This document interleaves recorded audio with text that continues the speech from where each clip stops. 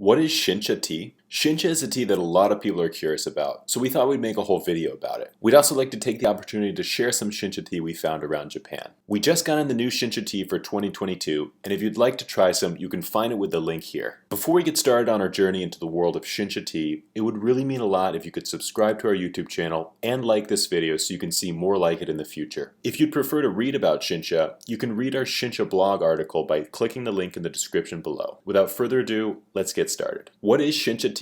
Shincha is made by using the leaves from the first picking of the season. These leaves are the youngest, freshest, and are also known for having the highest concentration of nutrients in them. This tea has become famous for its taste and its seasonality, and there's an excitement that builds every year. What's the history of Shincha? People used to wait around all year to be among the first to drink the fresh Shincha harvest in the springtime. Before the use of modern refrigeration, tea had a much shorter shelf life, and in order to get it fresh, it was best to buy it as close to the harvest as possible. Nowadays, it doesn't matter quite as much when you buy the Shincha. Most farmers have a cold storage facility where they can store Shincha green tea until it's ready to be sold. When the tea is kept in these cool, dry environments, it can really maintain its flavor for a much longer time. Shincha tea has now become quite a competitive business. Of course, there's always a competition to be the first company to sell the new Shincha harvest, and there are quite a few tactics a farmer can employ to harvest their Shincha tea earlier. When you grow the tea plants in the south of Japan, spring will come earlier, and so will the young sprouts. When you grow Shincha green tea on the southern island of Kyushu, you can harvest it 2 weeks earlier than the tea grown on the main island of Honshu. Some tea producers will grow their tea in the south, so it can be quickly transported as aracha and finished later. Certain tea cultivars also produce sprouts earlier on in the year. These early budding cultivars like Saimidori can produce sprouts up to a week before Yabukita. Yabukita is the most common cultivar produced in Japan, so all other cultivars are compared to it to determine whether they are early budding or late budding. This week-long advantage may not seem like much, but it can make all the difference when it comes to Shincha tea.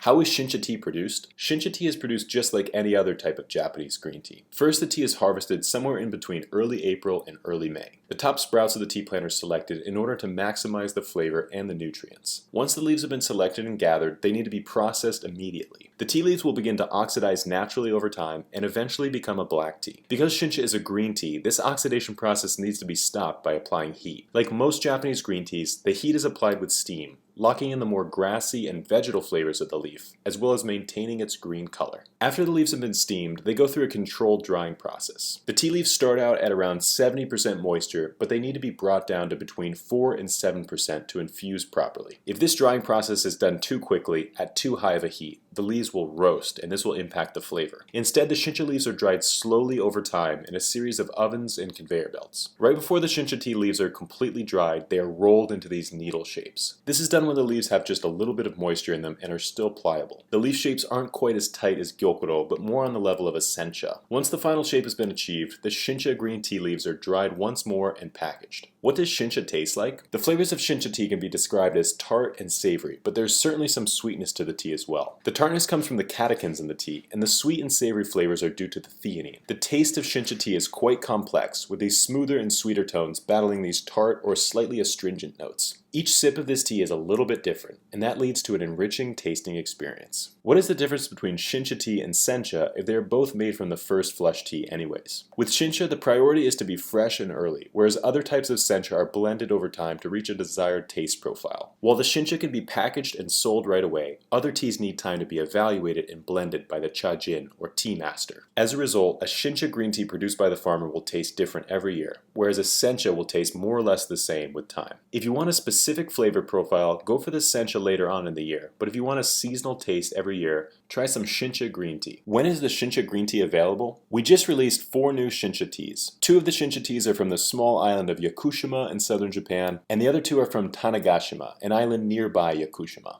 These teas are now available on our website, but there is limited supply, so make sure that you act fast. We recommend that if you really want to try some, make sure that you reserve your packs and order in the next couple of days. How do you brew Shincha tea? Brewing Shincha tea is similar to any other type of Sencha. Just follow this quick guide and you should be preparing Shincha green tea like a pro in no time. Step 1. Add in 5 grams of Shincha tea to a teapot. We recommend using the black Kyushu teapot for this one. Step 2. Pour in 150 milliliters of warm water at about 160 degrees Fahrenheit. Hotter water will make stronger tea, but it will extract more bitterness. Step 3. Let the Shincha tea leaves sit in the teapot undisturbed for 1 minute. Step 4. Pour out your Shincha tea and enjoy. The built-in strainer inside the Kyushu teapot will automatically separate the leaves so they don't end up in your cup. What are the benefits of Shincha tea? There's a long list of Shincha tea benefits, but we can skip the ones that apply to other types of green teas. If you're interested in learning about the benefits of green tea, you can find it in this video here. Because Shincha tea is made from the youngest sprouts of the tea plant and from the first harvest, there are certain Shincha tea benefits that don't apply to other types of teas. During the wintertime, the tea plant is allowed to rest, and during this time it is able to absorb nutrients from the soil. These nutrients are then released into the first sprouts in the springtime, which are then used to make Shincha tea. The tea plant can then be harvested 2 to 3 more times throughout the year, but because this resting period is not as long, the nutrients are more diluted. Among the many Shincha tea benefits are a higher caffeine content, higher theanine content, and more antioxidants. If you really want a powerhouse of nutrients, you should go for a Shincha tea instead of a tea made from the second harvest or from older tea leaves. Thank you all so much for watching.